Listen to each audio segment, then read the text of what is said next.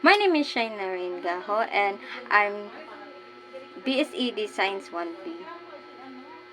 My learning style based on visual, auditory, and kinesthetic.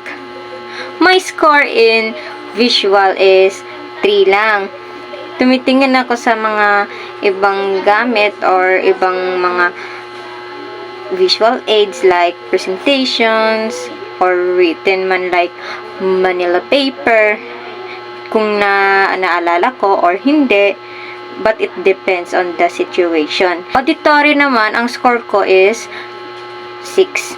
Sa auditory, narinig ko yung mga sinasabi ng professor or teachers, naiintindihan ko o hindi. Pati din sa ibang tao na nakikicommunicate, naiintindihan ko o hindi, or naalala ko o hindi man. It depends on situation din. My score ko sa kinesthetic is 9 because more on physical activities, recreational, and also gumagalaw ako or kumikilos din ako sa gawaing bahay, sa school din, and sa kung saan-saan, like naglalakad ako papuntang ibang lugar, and also nagja-jogging din ako pag exercise, and also din mahilig talaga ako sumayaw.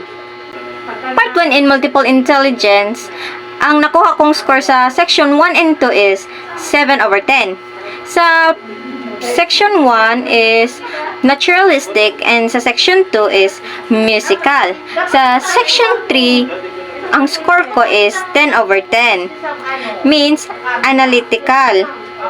Sa section 4 naman, ang nakuha kong score is 6/10. Means existential. Sa section 5, nakukuha kong score is 6/10. Ang section 5 na yon is interpersonal. Ang sa section 6, ang nakuha kong score is 9/10. Means kinesthetic. Section 7, ang nakuha kong score is 7/10.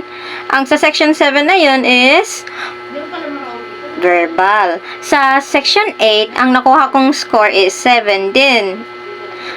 Means intrapersonal. And the last, not the least, sa section 9, ang nakuha ko 8/10 means visual. Part 2 in multiple intelligence. This is the section that I gave the score. This is the section 1 is 7. The section 2 another 7 points. The section 3 10 points. Section 4 and 5 6 points. The section 6 9 points. Section 7 and 8 7 points, and section 9 8 points. I-multiply natin sa 10, ito yung mga kakalabasan.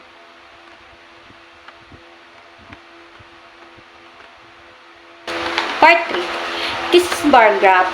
Ito yung score na binabase natin sa pag-multiply by 10 sa first part pati sa second part. Ang sa first part ay is based sa score natin na binigay na like 1 point, tas pag natin, halo natin sa mga kada section, means example 7 points. Sa 7 points na yon, sa second part na yon, i-multiply by 10. Ito yung makuha na resulta.